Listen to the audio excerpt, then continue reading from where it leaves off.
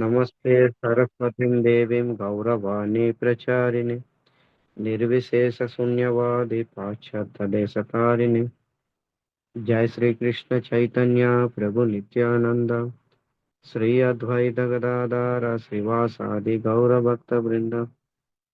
హరే కృష్ణ కృష్ణ కృష్ణ హరే హరే, హరే రామ రామ రామ హరే హరే. నాతో పాటు అందరూ కూడా చెప్పండి. ఓం నమో భగవతే వాసుదేవాయ. ఓం భగవతే వాసుదేవాయ. ఓం నమో భగవతే వాసుదేవాయ. ఓం నమో భగవతే వాసుదేవాయ. ఓం నమో భగవతే వాసుదేవాయ. ఓం నమో భగవతే వాసుదేవాయ. వైష్ణవ భక్తులందరికీ హృదయపూర్వక ప్రణామాలు. జూమ్ సత్సంగానికి ఇచ్చేసిన భక్తులందరికీ స్వాగతం, సుస్వాగతం. హరే కృష్ణ. మీ అందరికి కూడా గురు పౌర్ణమి యొక్క శుభాకాంక్షలు. వ్యాస పౌర్ణమి కూడా అంటారు ఈరోజు. చాలా అద్భుతమైన ఈరోజు. సో వ్యాసముని ఆవిర్భావం ఇచ్చిన రోజు అనమాట వ్యాసముని. ఏ వ్యాసముని అయితే ఈ భాగవతం రచించారో, ఏ వ్యాసముని అయితే 18 పురాణాలు, మహాభారతం ఇలాంటి ఉపనిషత్తులన్నీ రచించారో, ఆయన యొక్క దినం అన్నమాట ఈరోజు. అంటే ఆవిర్భావం రోజు. అందుకనే వ్యాస పూర్ణిమ అంటారు, వ్యాస పూర్ణిమ. సో వ్యాసముని ప్రతినిధులు ఎవరైతే, ఎంతమంది అయితే ఆచార్యులు వచ్చారో, ఆ ఆచార్యుల యొక్క ఆ వ్యాసముని యొక్క పరంపరలో వచ్చిన ఆచార్యులు యొక్క పుట్టినరోజు అంటే బర్త్డే చేసుకోవడము వ్యాస పూజ అని చెప్పుకోవడం జరుగుతుంది అనమాట. వ్యాస పూజ అంటే పుట్టినరోజు, ఆవిర్భావ దినోత్సవం అనమాట. వ్యాసముని యొక్క ప్రతినిధులు ఎవరైతే వ్యాసముని యొక్క పరంపర నుంచి ఎవరైతే వచ్చారో, గురు మహారాజులు, ప్రభుపాదులు, వాళ్ళ గురువులు వాళ్ళు పుట్టినరోజు అంటే ఆవిర్భావ దినోత్సవం వ్యాస పూజ అని మనం వేడుకలు చేసుకుంటాం అన్నమాట. ముఖ్యంగా వ్యాసముని లేకపోతే ఈ భాగవతం మన దగ్గరికి వచ్చేది కాదు. భాగవతం రచనకి మూలకారుడు శ్రీ వ్యాసమునియ, వేదవ్యాసమునియ. వ్యాసముని ఎవరో కాదు, సాక్షాత్తు శ్రీకృష్ణ భగవానుడే వ్యాసుడిగా వచ్చి ఈ భాగవతం అనే పురాణాన్ని రచించారు. వ్యాసముని వ్యాస అనేది ప్రతి కల్పంలో కూడా వస్తారనమాట. వ్యాస అనేది ప్రతి కల్పంలో కూడా. సో ఈ కల్పంలో ఈ విధంగా, ఇంకొక కల్పంలో ఇంకొక విధంగా వస్తూ ఉంటారనమాట.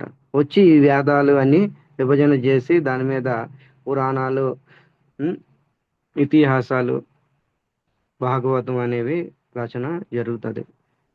కానీ చైతన్య చరితామృతంలో చెప్పడం జరిగింది ఏమిటంటే, ఈ కల్పంలోని మనం ప్రజెంట్ ఉన్న ఈ కల్పంలోని వ్యాసముని ఎవరో కాదు, సాక్షాత్ శ్రీకృష్ణుడే వ్యాసుడిగా వచ్చారంట. ప్రతి యుగం, ప్రతి కల్పంలోని వ్యాసముని ఒక జీవుని, భగవంతుడు ఒక విశేషమైన జీవుని ఎంచుకుంటారంట. ఒక విశేషమైన జీవుని ఎంచుకుంటాడు ఈ కార్యంకి. ఏదైతే వేదాలను విభజన చేయడము, పురాణాలు, ఇతిహాసాలు రచించడము, ఇవన్నీ ఒక విశేషమైన జీవిని ఎంచుకొని ఆ జీవిలోని తన శక్తి ఆవిరేషణ చేస్తారనమాట. శక్తి ఆవేశన చేస్తాడు. అందుకనే వ్యాసమునికి ఏమంటారు? శక్తి ఆవేశ అవతారం అంటారు. కానీ ఈ కల్పంలో ఏదైతే ఇప్పుడు ఈ జనరేషన్ ఈ కల్పంలోని మనం చూస్తున్న ఈ వ్యాసముని, మనం తెలుసుకున్న వ్యాసముని సత్య ద్వాపర యుగంలోని ఏదో విశేషమైన జీవి కాదు, సాక్షాత్తు భగవంతుడు నారాయణుడే ఆ, వ్యాసుడిగా వచ్చేసాడంట అని చైతన్య చరితామృతంలోని చెప్పడం జరిగిందనమాట. ఎందుకు అంత విశేషతగా అంత దీనిగా రావాల్సిన పని ఏంటి? చరితామృతంలో కవిరాజ్ గోస్వామి ఒక పద్యం పాడతారనమాట. మాయేరే ముగ్ధ జీవ అనేసి మంచి పోయం ఉంటుంది. మాయా ముగ్ధ జీవేరా, మాయలోని బంధింపబడిన మాయలో ముగ్ధమైపోయిన జీవుల మీద అపారణ అపారమైన కరుణతోని భగవంతుడు శ్రీకృష్ణుడే వ్యాసుడిగా వచ్చి ఈ వేదాల్ని విడదీసి తర్వాత ఉపనిషత్తులు అనేక పురాణాలు లాస్ట్లో అంతిమ శ్రీమద్ భాగవతం అనేది రచన జరిగింది. దేనికోసము? మాయలో చిక్కుకొని ఉన్నాం మనం అందరం కూడాను. మాయలో ముగ్ధులం అయిపోయాము. ఈ మాయ నుంచి రిలీజ్ చేయడానికి శ్రీమద్ భాగవతం అనే మహాపురాణము రచించారు మహాకరుణతోని.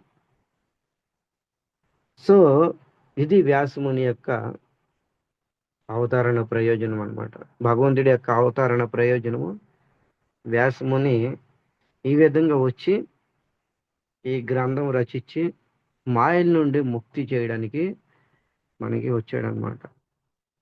ఆయన లేకపోతే ఈ గ్రంథమే వచ్చేది కాదు. ఈ గ్రంథం లేకపోతే మనం మాయ నుంచి ముక్తి అయ్యే వాళ్ళమే కాదు.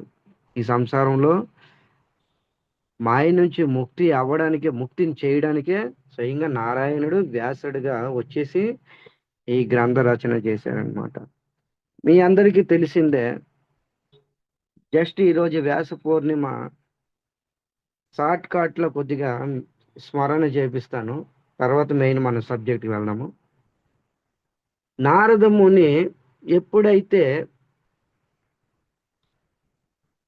వ్యాసమునికి ఉపదేశం చేసిన తర్వాత వెళ్ళిపోతారు. ఆయన వ్యాసమునికి చెప్తారనమాట, ఏ వ్యాసముని, నువ్వు అన్ని పురాణాలు రచించావు, భాగవత పురాణం రచించలేదు. భాగవత పురాణం రచించు, శ్రీకృష్ణ భగవానుడి యొక్క దివ్య లీలలు రచించు అని ఇవన్నీ చెప్పి వెళ్ళిపోతారు. నిర్గతే నారద సూత భగవాన్ బాదరాయణ అని భాగవతంలో ఉందన్నమాట.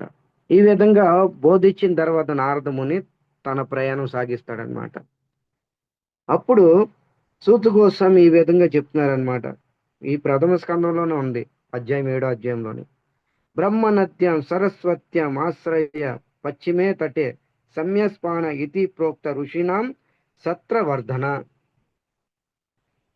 వెంటనే బ్రహ్మనద్యం, బ్రహ్మనద్యం అంటే ఒక జీవనది అన్నమాట. బ్రహ్మనద్యం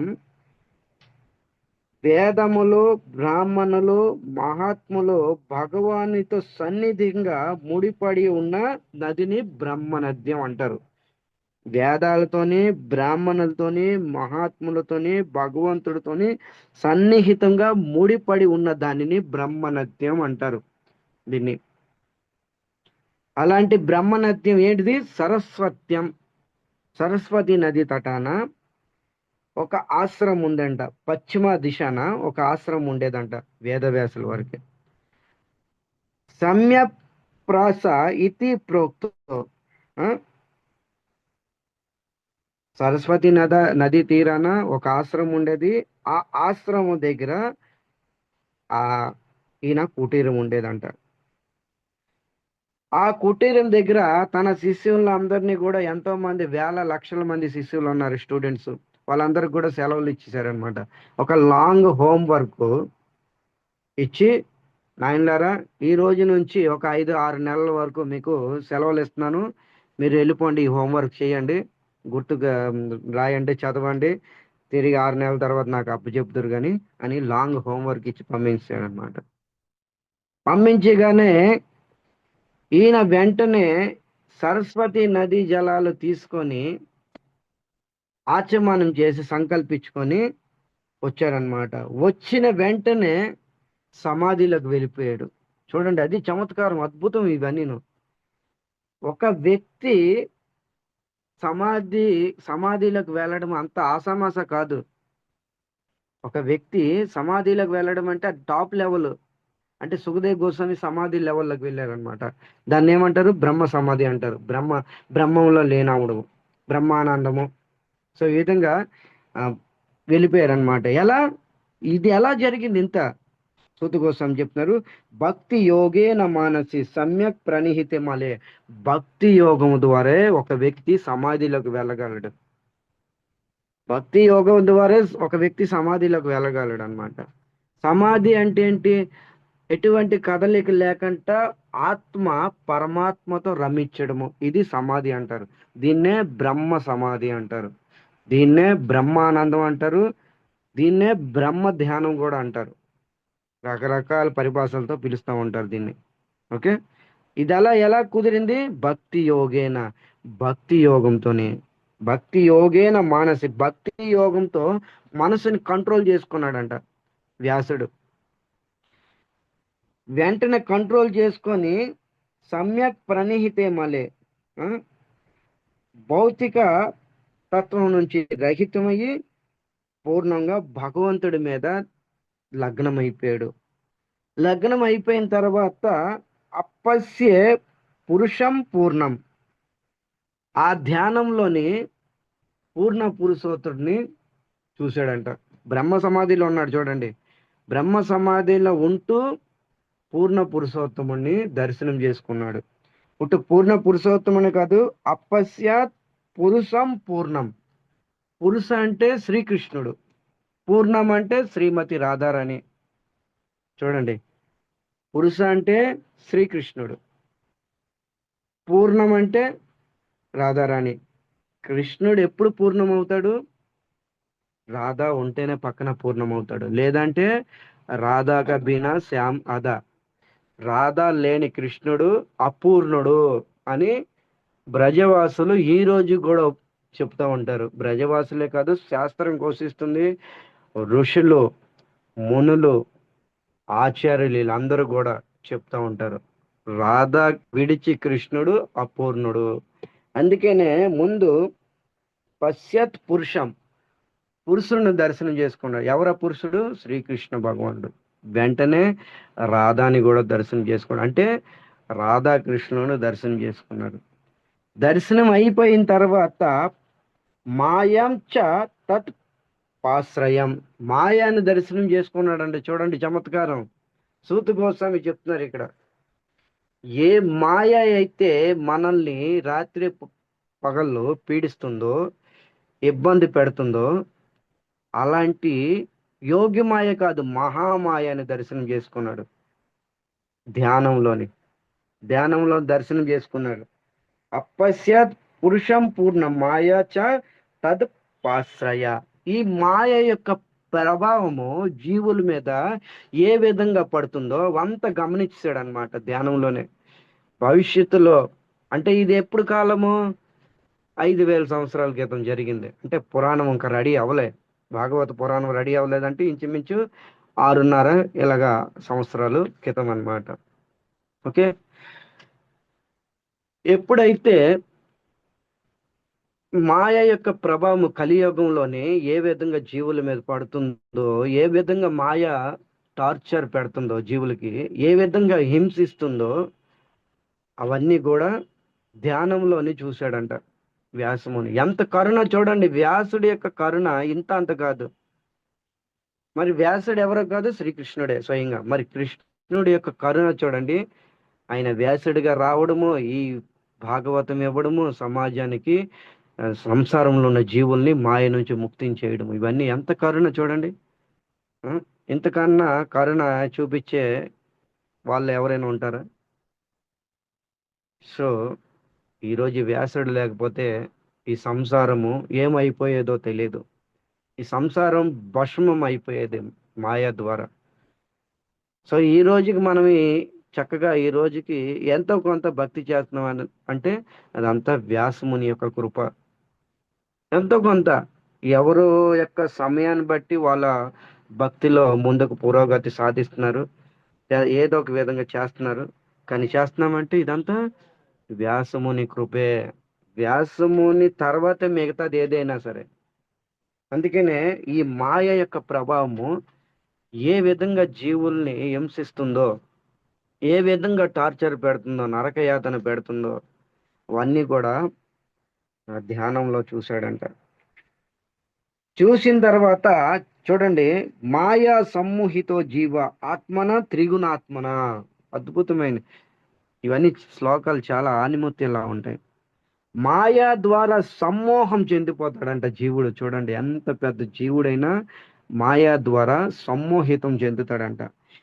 మాయా సమ్మోహిత జీవ ఆత్మన త్రిగుణాత్మన. ఈ త్రిగుణాత్మలతో కూడిన సత్వ రజస్తమో గుణము ద్వారా కూడిన ఈ సంసారంలోకి ఎప్పుడైతే జీవాత్మ వస్తుందో ఈ మాయా సమ్మోహితంలోనే పడిపోతుంది. మాయా ద్వారా సమ్మోహితం అయిపోతుంది, మోహింపబడతాడు జీవుడు. ఆత్మ సచ్చిదానంద స్వరూపమే. ఆత్మ ప్యూర్ సోల్, ప్యూర్ స్వచ్ఛమైన ఆత్మ సచ్చిదానంద స్వరూపమే, పరమాత్మ సచ్చిదానంద స్వరూపమే. మరి అలాంటి సచ్చిదానంద స్వరూపము ఇలా అయిపోతుందంటే చూడండి, ఆత్మ సచ్చిదానంద స్వరూపం ఎప్పుడైతే ఈ త్రిగుణాత్మత కూడిన ఈ సంసారంలోకి ఎప్పుడైతే మాయ అనే జీవాత్మ అనేది లాంచ్ అవుతుందో అప్పుడు ఈ మాయ ద్వారా సమ్మోహితం అయిపోతుంది. ఎలాగైతే మీకు ఉదాహరణ ఇస్తాను. వర్షపు నీరు పవిత్రమైంది. వర్షపు నీరు పవిత్రమైంది.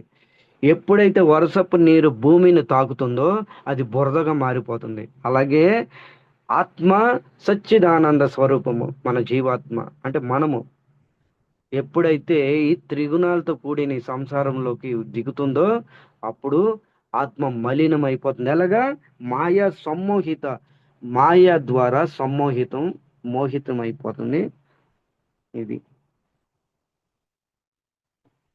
సో ఈ విధంగా త్రిగుణాలతో కూడిన మాయ ద్వారా ఇవన్నీ ధ్యానంలో చూశాడంట వ్యాసముని. ఎంత అరేరే జీవులు ఎంత నరక యాతన రాబోయే రోజుల్లో.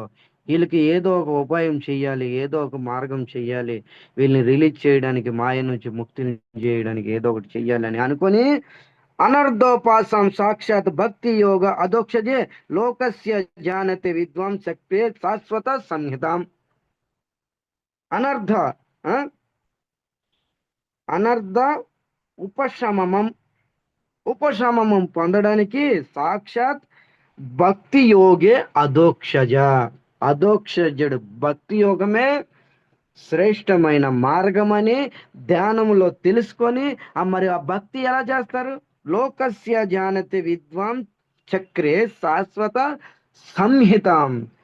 శాశ్వతమైన సంహిత అంటే భాగవత పురాణం ఒక సంహిత. దీన్ని సంహిత అంటారు. భాగవత పురాణం అనేది లిఖిబద్ధకం రాయడం ప్రారంభించాడు అనమాట. వెంటనే ధ్యానం నుంచి బయటికి వచ్చి లోకస్య జానత, లోక కళ్యాణం కోసం విద్వాన్ చక్రే శాశ్వత సంహితం,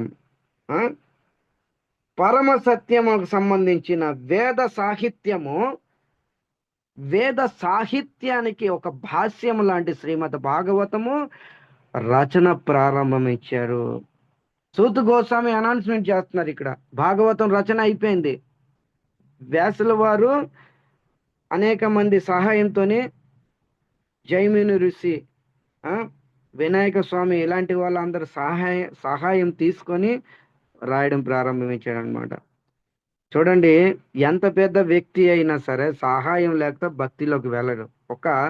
ఒక మూమెంట్ మనము కృష్ణ చైతన్యము ఈ ఉద్యమము సక్సెస్ అవ్వాలంటే, ఈ ఉద్యమం కొద్దిగా నేను కూడా ప్రచారం చెయ్యాలి, ముందుకు వెళ్ళాలంటే ఇంకొక వ్యక్తి కావాలి.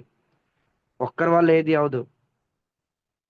అలాగే ఈ భాగవతం రచన నేను చేస్తాను అనుకుంటే సరిపోదుగా, రచించేవాడు కావాలిగా. ఈయనలో ఉంది లోపల ఆందోళన, రచించే యోగ్యత కలిగిన ఒక రచనకారుడు కావాలిగా, రచించేవాడు. వెంటనే బుద్ధి సంపన్నుడు, విఘ్న వినాశకుడు వినాయక స్వామిని ఆహ్వానించి పిలవగా ఆయన వచ్చాడు. తర్వాత జైమిని ఋషి వచ్చాడు. సో ఈయన యొక్క స్పీడ్ తో ఆయన రాగా, ఈ జైమిని ఋషి యొక్క జాబ్ సర్వీస్ ఏంటి? ఎడిటింగ్ చేయడం అన్నమాట. అంటే చేర్పులు మార్పులు ఏవైనా చేయడం. ఈ విధంగా ఆ భాగవతం నిర్మాణం జరిగింది. భాగవతం రెడీ అయిపోయిన తర్వాత ఇప్పుడు సూత్ గోస్వామి తన తరపున కామెంటరీ చెప్తున్నారనమాట. యస్య వై శ్రూయమానాన కృష్ణే పరమ పురుషే భక్తి ఉత్పత్తే పుంస శోక మోహ భయవహ. ఎవరైతే ఈ భాగవతం యస్యవే శ్రూయమానాన, చూడండి ఎవరైతే యస్యవే ఈ వేద వాంగ్మయము వై వై అంటే వై అంటే నిశ్చితంగా, నో డౌట్, అంటే ఎటువంటి సందేహం లేదు, స్టాంపు గుద్దాడనమాట. లోగో తన తరపు నుంచి సూత్ గోస్వామి తన గవర్నమెంట్ ముద్ర గుద్ది అనౌన్స్మెంట్ చేస్తున్నారు. అంటే పబ్లిక్ కోసము అనౌన్స్మెంట్ చేస్తున్నారు. ఏ విధంగా?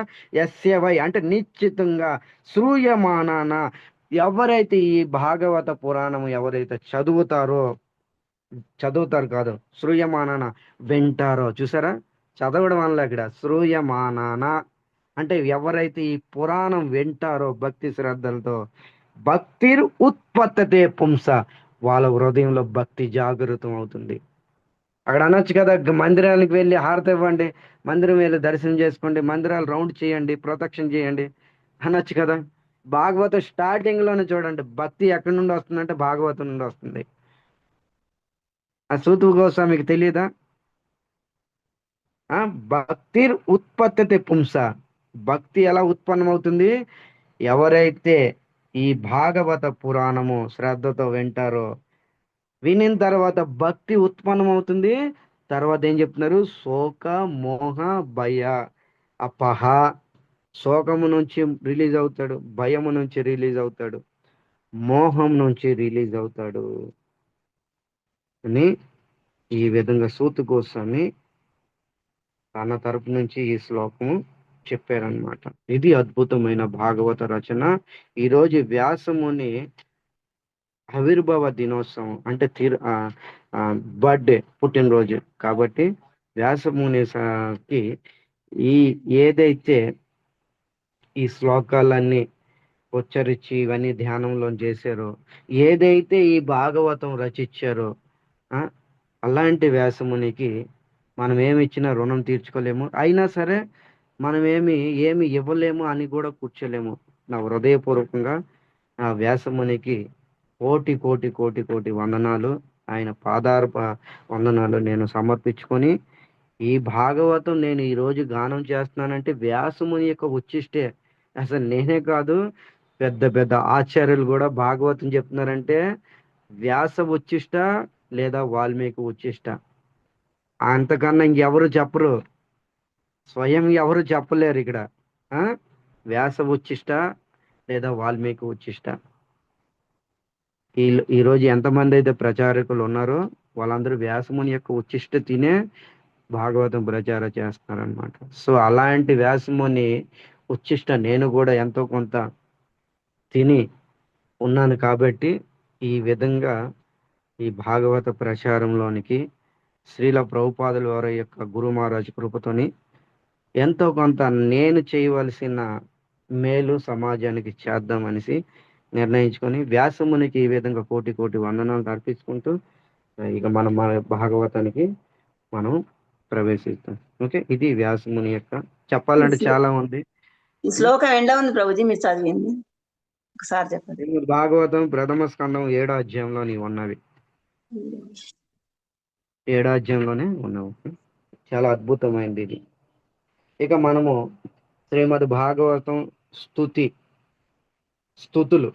కాదు, స్తుతులు అంటే అనేక, స్తుతి అంటే ఏకవచనం, స్తుతులు అంటే అనేక మంది భక్తులు స్తుతులు చేశారు. అందులో మీకు మళ్ళా గుర్తుందో లేదో మళ్ళా రిపీటెడ్ చేస్తున్నాను ఫస్ట్ వ్యాసముని స్తుతి చేశారు భాగవతం ప్రారంభానికి. తర్వాత సూత గోస్వామి తన గురువు గారికి స్తుతి చేస్తారు సుఖదేవ్ గోస్వామి కోసం. తర్వాత అర్జునుడి స్తుతి చేస్తాడు 4 శ్లోకాల్లో. అర్జునుడి స్తుతి అయిపోయిన తర్వాత ఉత్తర స్తుతి చేస్తుంది 2 శ్లోకాల్లో. ఉత్తర స్తుతి అయిపోయిన వెంటనే కుంతి స్తుతి చేస్తుంది అనేక శ్లోకాల్లో. కుంతి స్తుతి అయిపోయిన తర్వాత భీష్మ స్తుతి ఉంది అనేక శ్లోకాల్లో. భీష్మ స్తుతి అయిపోయిన తర్వాత ద్వారిక ప్రజలు, ద్వారిక రాణులు 4 శ్లోకాల్లో స్తుతి చేస్తారు. మళ్ళా మనం అందరం కూడా వెళ్దాము. ద్వారక మీరందరూ కూడా వెళ్ళండి. శ్రీమద్ భాగవతం ప్రథమ స్కందం 11వ అధ్యాయము 8వ శ్లోకం ఈరోజు మనం చెప్పుకుందాం. నిన్న 2 అయిపోయేవి, నిన్న మొన్న. సో ఈ విధంగా ద్వారక రాణులు, ద్వారక ప్రజలు భగవంతుడి కోసం స్తుతి చేస్తున్నారు. ఎందుకు? చాలా కాలం తర్వాత శ్రీకృష్ణ భగవానుడు ద్వారక వచ్చాడనమాట. ఇంతకాలము హస్తినాపురంలోనే ఉండిపోయాడు. సో ఏమంటున్నారో ఈ విధంగా ఈ శ్లోకంలో తెలుసుకున్నాం. తెలుసుకొని దీని యొక్క భావము, అర్థము తెలుసుకోవడానికి ప్రయత్నం చేద్దాం. శ్రీమద్ భాగవతం ప్రథమ స్కందం 11వ అధ్యాయము 8వ శ్లోకం. అహో సనాత భవతాస్మయద్వయం త్రివృష్టపానమపి దూరదర్శనం ప్రేమాస్మితాగ్ని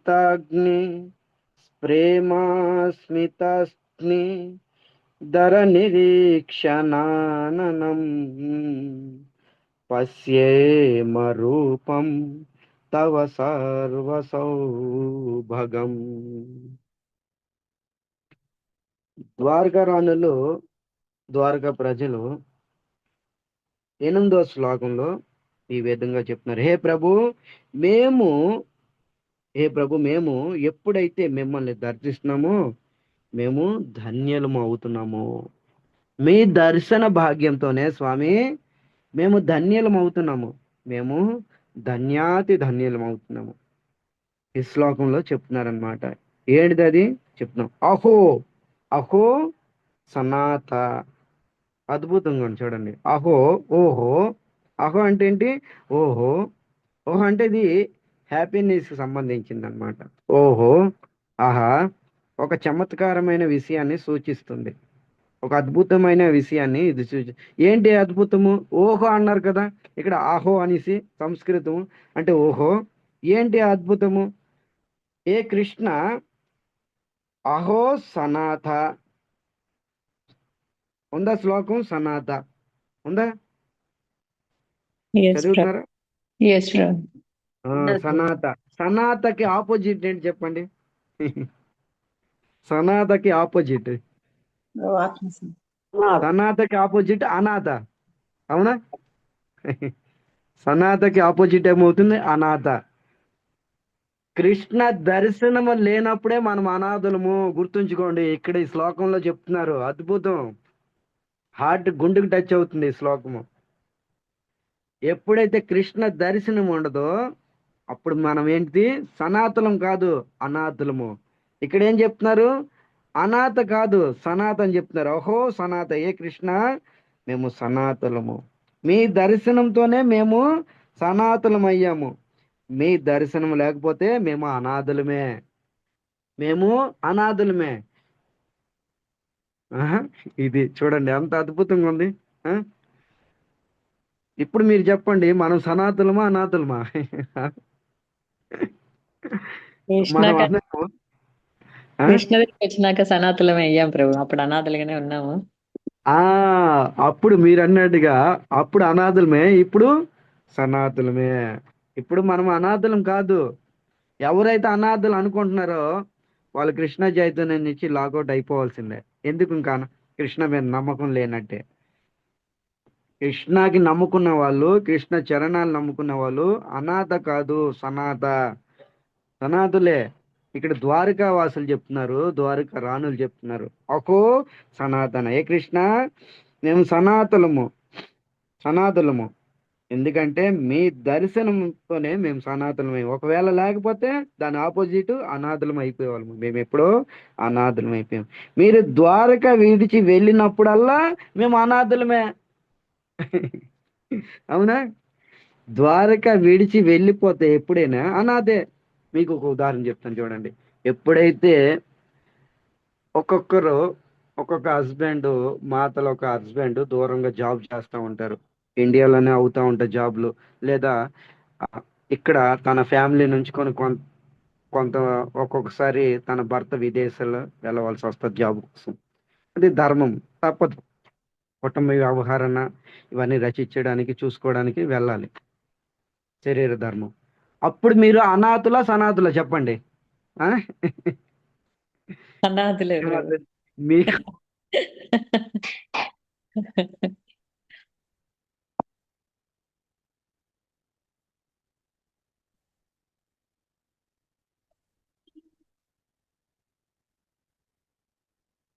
దిక్కులే అంత మనం అనాథలం అయిపోతే, మరి శాశ్వతంగా భగవంతుడు వెళ్ళిపోతే ఈ లోకం నుంచి మనం అనాథులమే, సనాతనం కాదు. అందుకని ఈ యొక్క శ్లోకాన్ని కోట్ చేసి మహాప్రభు ఏం చెప్తున్నారు? ఆ శూన్యాయితం జగత్ సర్వం గోవింద విరహీనమే. ఏ గోవింద, నీవు లేని లోకము ఇది శూన్యంతో సమానము. అందుకనే శ్రీకృష్ణుడు ఎప్పుడైతే తన లీలలు పూర్తి చేసుకొని భగవద్ధామం వెళ్ళిపోయాడని విన్నాడు వార్త, వెంటనే వెంటనే నిర్ణయించుకున్నాడు. తన తమ్ముళ్ళందరినీ పిలిచాడు. భీమ, అర్జున, నకుల, సహదేవ అందరూ రండి. వాళ్ళందరూ గాబరపడి వచ్చారనమాట. అన్నగారికి ఏమైంది? అన్న ఏమైంది? ఏంటి ఇంత ఆందోళన ఏంటి? నాయనలారా, మన మనము ప్రాణం లేని దేహం అయిపోయాము. మన ప్రాణం పోయింది. ఎలా? శ్రీకృష్ణ భగవానుడు భగవద్ లోకాన్ని, తన వైకుంఠ ధామం వెళ్ళిపోయాడు. ఇక ఆయన లేని లోకం నేను ఉండను. వెంటనే నేను రాజుగా దిగిపోయి భీమసేనుడికి నేను రాజుగా చేస్తానని అనుకున్నాను. అప్పుడు భీమసేనుడు అన్నాడు, నేను ఎందుకు అవుతాను? మీరు ఎక్కడికి వెళ్తారు? నేను ఇక స్వర్గారోహణము, నేను వెళ్ళిపోతాను. నడుచుకుంటూ నడుచుకుంటూ హిమాలయాలు టచ్ చేసుకొని, స్వర్గం టచ్ చేసుకొని వైకుంఠం వెళ్ళిపోతాను అన్నాడు. ఇక మీరు వెళ్ళిపోతే మేమెందుకు స్వామి, మేము కూడా మీతో పాటు వస్తాం అనుకొని సంకల్పించుకుంటే, వెంటనే పరీక్షిత్తుకి పిలిచి రాజ్య పట్టాభిషేకం చేసి ఈ పాండవులందరూ కూడా స్వర్గారోహణం ప్రయాణం చేశారు. భగవంతుడు లేని లోకము శూన్యం.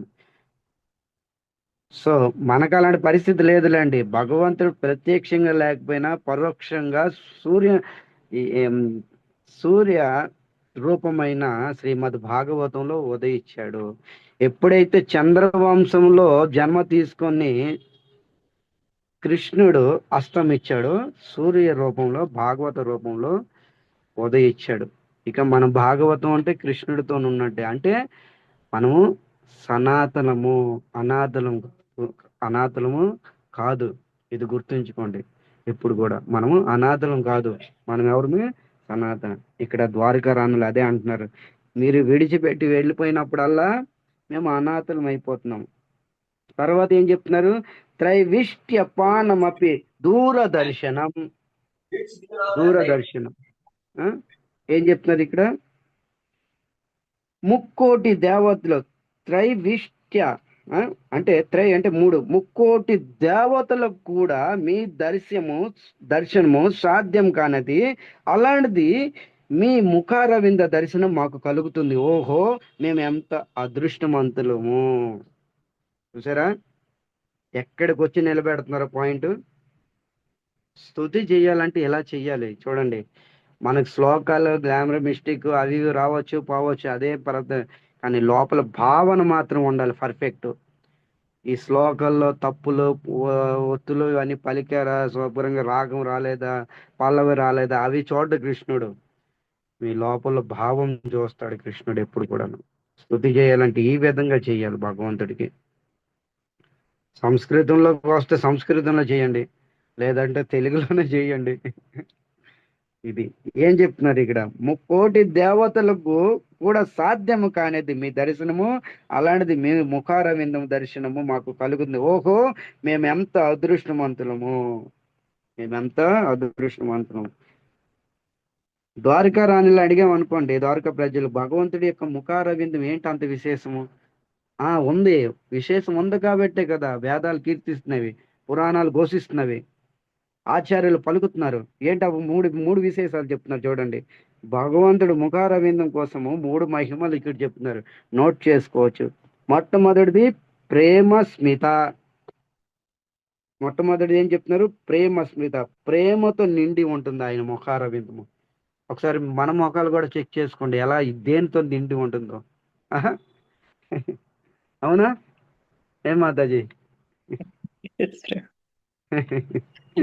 భగవంతుడు ముఖము ఏవం ప్రసన్న మనసు, ప్రేమతో నిండి ఉంటుంది. Point number 1. ఓకే. రెండోది నిరీక్ష ఆ, స్నిగ్ధ నిరీక్షణ అననం. అంటే అమాయకమైన ముఖం అంట కృష్ణుడిది. అమాయకమైన ముఖం. మన ముఖం ఎలా ఉంటది? దేశాన్ని కబ్జా చేయాలనే ఆలోచన ఉంటది. లోపల ఉంటది, బయట ఉంటది. మన మొత్తం ప్లాన్ మనదంతా పగడబందిగా. ఆ ముఖం ఫేస్ చూస్తేనే తెలిసిపోద్ది, బాబోయ్ వీడు మామూలు వ్యక్తి కాదు, ఏదో లోపల ప్లాన్లు చేస్తూనే ఉన్నాడు. కానీ కృష్ణుడి యొక్క ముఖారవిందం ఎలా? అమాయకంగా, ఏమీ తెలియదు ఆయనకి. ఎంత అమాయకంగా ఉంటాడు ఆయన ముఖము. ఆ ఫేస్ రీడింగ్ ఎంత బాగుంటది. ఎలా అంటే ఇది ఎలా వస్తుంది? సర్వ దోష అన్ని దోషాల నుంచి ముక్తి అయిన వాడు. అందుకనే ఈ అమాయకంగా ఉంటదంట ఆయన ఫేస్. సో అలా రావాలంటే మనం ఎలా ఉండాలి? అన్ని దోషాల నుంచి ముక్తి అవ్వాలి. అప్పుడే ఆ అమాయకత్వం అనేది, పేషులోని అమాయకత్వం అనేది వస్తుంది. తర్వాత సర్వ సౌభగం, అందరినీ సౌభాగ్యాన్ని ఇచ్చేది శ్రీకృష్ణుడి యొక్క ముఖం. ఇలాంటి ముఖము దేవతలకు కూడా దర్శనము అసాధ్యమైనటువంటిది. అలాంటిది మేము మీ ముఖారవింద దర్శనంతో సనాతనమయ్యాము, అనాథలం కాదు. లేదంటే మేము అనాథలమే, లేదంటే మేము అనాథలమే అని ఈ శ్లోకము చెప్తున్నారనమాట. మళ్ళీ ఒకసారి పాడతాను, దీని ఆస్వాది. అహో సనాత భవతాస్మయద్వయం త్రైవిష్ట్యపానమపి దూరదర్శనం ప్రేమా స్మృతాస్నిగ్ధనిరీక్షణాననం పశ్యేమ రూప తవ సర్వ సౌభగం. సో ఈ విధంగా శ్రీకృష్ణుడికి ప్రణామాలు చేస్తున్నారు ఈ శ్లోకంలో. అంతిమ శ్లోకము, 9వ శ్లోకము. ఇది కూడా కొద్దిగా 10 నిమిషాల్లో చర్చ చేసుకొని ఈ రోజుకి ఈ శ్లోకం ఎండ్ చేద్దాం. యర్హ్యాంబు అద్యుష పససార భో భవన్ పురున్మదున్ వా దసుహృదిదీక్షయ తత్రాబ్ద కోటి ప్రతిమం క్షణో భవే రవిం వినక్ష్ణో రివసంతాచ్యుత.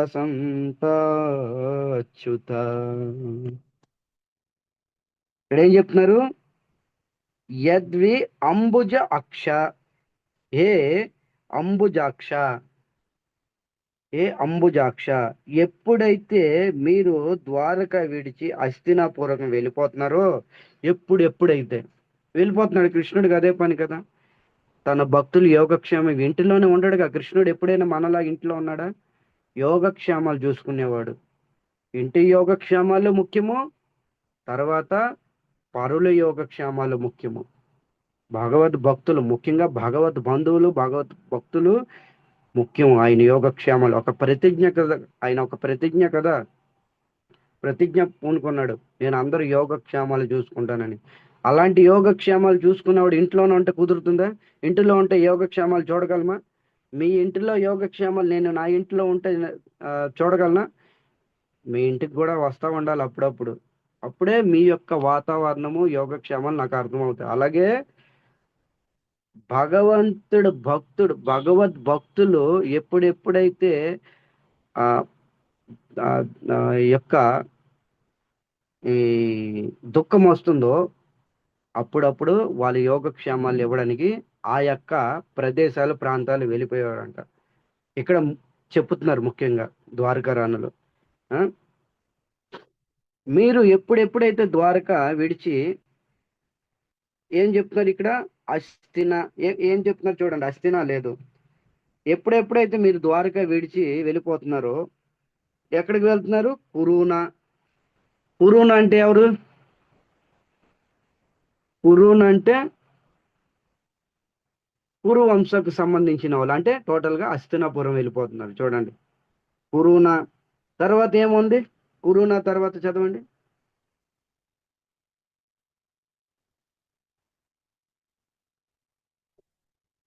మధునాథ. మధున్ అంటే మధు. మథుర వెళ్ళిపోతున్నారు. కేవలము ద్వారకా నుంచి కృష్ణుడు అస్థినే కాదు, మథుర కూడా వెళ్తా ఉంటాడు. మధురలో కూడా పెరిగాడు కదా, అక్కడ కూడా చాలా కాలం గడిపాడు కదా. మధుర వాసులకి యోగక్షేమాలు చూడు. మథురాన వాత సుహృద్ దృక్షయ, నీ సుహృదుల్ని ఎలాగైతే సుధామ ఇలాంటి అంటే కుచేలుడిని చూడడానికి అప్పుడప్పుడు మీరు వెళ్ళిపోతా ఉంటారు. అంటే ఇక్కడ మీకు సుధామ లాంటి మామూలుగా చెప్తున్నాను, మీ యొక్క స్నేహితులను దర్శనం చేసుకోవడానికి మీరే స్వయంగా ద్వారకా విడిచి వెళ్ళిపోతూ ఉంటారు. పురూన పురూన్ మధున్ వాత సుహృద్ దృక్షయ చూడడానికి, వీళ్ళు ముగ్గురిని చూడడానికి వెళ్ళిపోతూ ఉంటారు. అంటే అప్పుడప్పుడు హస్తినా వెళ్తూ ఉంటారు, అప్పుడప్పుడు మథుర వెళ్తూ ఉంటారు, అప్పుడప్పుడు మీ స్నేహితుల్ని చూడాలనిపించినప్పుడు వెళ్ళిపోతూ ఉంటారు. ఆ వెళ్ళిపోయినప్పుడల్లా మీరు ద్వారకా విడిచి వెళ్ళిపోతారు. విడిచి వెళ్ళిపోయినప్పుడల్లా మాకు ఎంతో దుఃఖము, ఎంతో బాధ ఉం, అవుతూ ఉంటది. ఇక్కడ మళ్ళా చెప్తూ ఉంటారన్నమాట, చెప్తున్నారు కలవడానికి ద్వారకా నుంచి వెళ్ళిపోతారు. తత్రాబ్ది కోటి వెళ్ళిపోయినప్పుడు మా స్థితి ఎలా ఉంటుంది చూడండి, చెప్తున్నారు. తత్రాబ్ది కోటి ప్రతి మక్షణో భవే. తత్రాబ్ది కోటి ప్రతిమం క్షణో భవేత్. ప్రతి ఒక్క క్షణము కూడా కోటి సంవత్సరములుగా మాకు గడుస్తుంది. ప్రతి మూమెంటు, ఒక్కొక్క క్షణము కూడా కోటి సంవత్సరాలుగా మాకు గడుస్తుంది. చూడండి ఎంత అద్భుతమైంది. కృష్ణుడు లేని, కృష్ణ దర్శనం లేనిది ఒక్క క్షణం కూడా, ఒక్క క్షణము కోటి సంవత్సరాల గడుస్తుందంట వాళ్ళకి. మనకేమైనా ఉందా ఫీలింగ్ చెప్పండి? సరే, కృష్ణ ప్రతిరూపమైన భాగవతము లేని జీవితము ఒక్క క్షణం కూడా కోటి సంవత్సరాల గడుస్తుంది మనకి లేదు ఆ ఫీలింగ్స్. కృష్ణ ప్రత్యక్షమైన సంబంధము శ్రీమద్ భాగవతమే. కృష్ణుడు ప్రత్యక్షంగా ఉన్నాడు, ఇందులో ఎటువంటి సందేహం లేదు. ఈ భాగవతం నుంచి మనం ఎంత ఒక్కొక్కసారి దూరం పరిగెడుతూ ఉంటాము. అంటే భాగవతం నుంచి దూరం పరిగెట్టడం లేదు, మనము భగవంతుడి నుంచి దూరం పరిగెడుతున్నాము. ఆ పరిగెట్టేటప్పుడు మనకి ఏమైనా ఫీలింగ్ అవుతుందా? తత్రాబ్ది కోటి ప్రతి క్షణో భవేత్. ప్రతి ఒక్క క్షణం అంట వాళ్ళకి, ద్వారకా వాసులకి కోటి సంవత్సరాలతో సమానంగా గడిచేదంట. చూడండి, ఒక్క క్షణము కోటి సంవత్సరాలతో సమానంగా గడిచేదంట. మనకి కోటి సంవత్సరాలు ఒక క్షణంలా గడిచిపోతూ ఉంటది భాగవతం లేకపోతే. ఎలాగా మీటింగ్లు వేస్తామో తెలియదు, ఎలా భౌతికమైన విషయాల్లో రమించిపోతామో తెలియదు, ఎలాగ కాలం అంతా రోజు అయిపోయిందో తెలియదు. చూస్తే సాయంత్రం అయిపోయింది, ఉదయం స్టార్ట్ చేసాం, మధ్యాహ్నం అయిపోయి మీటింగ్. చూస్తే భాగవతంలో కూడా ఎంగేజ్ అవ్వాలి. అందుకనే ఎనీ టైం కూడా భాగవతంలో ఎంగేజ్. భాగవతం అంటే కృష్ణతో సంబంధం పెట్టుకున్నట్టే. ఈ భాగవతంతో సంబంధం పెట్టుకుంటే భగవద్ దర్శనం అవుతుంది, భగవత్ సాక్షాత్కారం అవుతుంది ఈ భాగవతంలో. ఊరినే వ్యాసమని మొట్టమొదటిలో చెప్పలే ఇవన్నీను. ఎన్నో అర్థాలు, పరమార్థాలు ఉన్నాయి ఇవన్నీను. నిత్యం భాగవత సేవయ పిబతం భాగవతం రసమాలయం. ఎప్పుడు కూడా భాగవతంతో సంబంధం పెట్టుకో. నీ కంఠంలో ప్రాణం ఉన్నంత వరకు విను చదువు. ఇక్కడ గోపికలు చెప్తారు, తత్రాబ్ది కోటి ప్రతి క్షణం భవేత్. ఒక్కొక్క క్షణము కూడా కోటి సంవత్సరాలతో గడిచింది. మీరు లేని క్షణము సమయము కూడా గడవట్లేదు. మీరు లేని సమయము గడవట్లే ఆ రోజు, మనకు గడిచిపోతుంది. ఇదే మాయ సమ్మోహిత.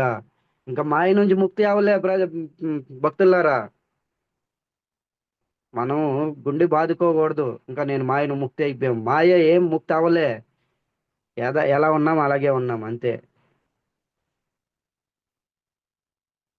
ఎనీ టైం మాయ యొక్క స్పర్శ కలుగుతూనే ఉంటాం. మాయ ఎప్పుడు నుంచి ముక్తి అవుతాం మనము? పూర్ణంగా ఎప్పుడు కూడా దానిలో ఎంగేజ్ అయ్యి ఉండి, దాని స్మరణలో ఉంటే, ఈ కృష్ణ స్మరణలో, కృష్ణ నామంలోనే, కృష్ణ కథ స్మరణలోనే ఉంటే అప్పుడు మాయ నుంచి ముక్తి అవుతాము. కృష్ణ స్మరణలో 24 గంటలు ఎలాగా? ఇక పని పాటలు చేయొద్దా, అలాగని కాదు దాని అర్థము. విన్నామా, తర్వాత స్మరణ చేసుకోవాలి. మీరు మన పని పాటలు చేసుకున్న స్మరణ చేసుకోవాలి. పడుకున్నప్పుడు కూడా స్మరణ రావాలి. ఇది 24 గంటలు నిత్యం భాగవత సేవ అంటే. ఎప్పుడు స్మరణ శక్తి అనేది మర్చిపోకూడదు. ఇప్పుడు విన్నామా, ఇది శ్రవణం యొక్క రిజల్ట్ స్మరణ అన్నమాట. శ్రవణం యొక్క రిజల్ట్ స్మరణలోకి వచ్చేయాలి. ఏదో ఒక రకంగా స్మరణ చేసుకోవాలి. అప్పుడే మాయ నుంచి ముక్తి అవుతాము. ఇక్కడ ప్రతి క్షణం కూడా వాళ్ళు భావిస్తున్నారు, ఒక శూన్యాయుతం జగత్ సర్వం గోవింద విరహం. ఎలాగైతే మహాప్రభు భావించారు, అలాగే ద్వారకా రాణులు కూడా భావిస్తున్నారు. ఈ రోజు మీరు ఎప్పుడెప్పుడైతే మధుర వెళ్ళిపోతున్నారో, అస్థిన వెళ్ళిపోతున్నారో, అప్పుడు మా పరిస్థితి ఎలా ఉంటుంది? ఒక క్షణము కొన్ని యుగాల్లా గడుస్తుంది, సమయం అయ్యేది కాదు.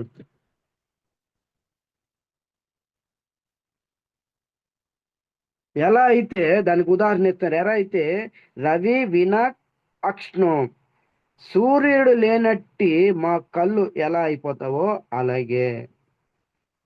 సూర్య సూర్య సూర్యనారాయణ లేకపోతే కళ్ళు అంధకారం అయిపోతుంది. అలాంటి స్థితి. అలాగే మీరు లేకపోతే అదే పరిస్థితి మాకు.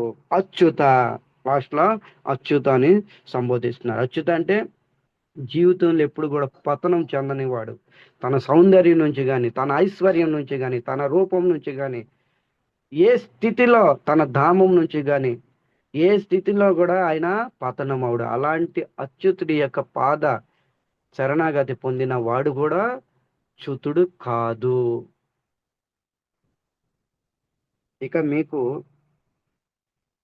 మిమ్మల్ని విడిచి లాస్ట్లో ఏం చెప్తున్నారు? ఇక మీరు ఎప్పుడు మమ్మల్ని విడిచి వెళ్ళమాకండి. ఈ ప్రకారంగా ద్వారకా ప్రజలు తన భార్యలు ఈ విధంగా అద్భుతమైన స్తుతి ఈ 4 శ్లోకాల్లో చేశారు. చూడండి, భాగవతం, నేను మళ్ళా చెప్తాను, భాగవతం నుంచి నేర్చుకోవాల్సింది ఇదే. ఏంటి దీని నుంచి నేర్చుకోవాలి? ఈ అనేక స్తుతుల్లో మనం చెప్పుకున్నాము. దీని నుంచి మనం ఏం నేర్చుకోవాలి? ఆణిముత్యం అనేది తీసుకోండి, దాన్ని దారంతో గుచ్చుకొని కంఠాన్ని ధరించుకోండి. ఇదే. ఓకే. సో ఈ విధంగా స్తుతి చేశారు. ఇక రేపు మళ్ళా ఏదో ఒకటి కొత్త టాపిక్ మనం ఎంచుకుందాము. ఇంతవరకు సెలవు. హరే కృష్ణ. ఇక ఎవరైనా ఏమైనా పాయింట్ షేర్ చేయొచ్చు.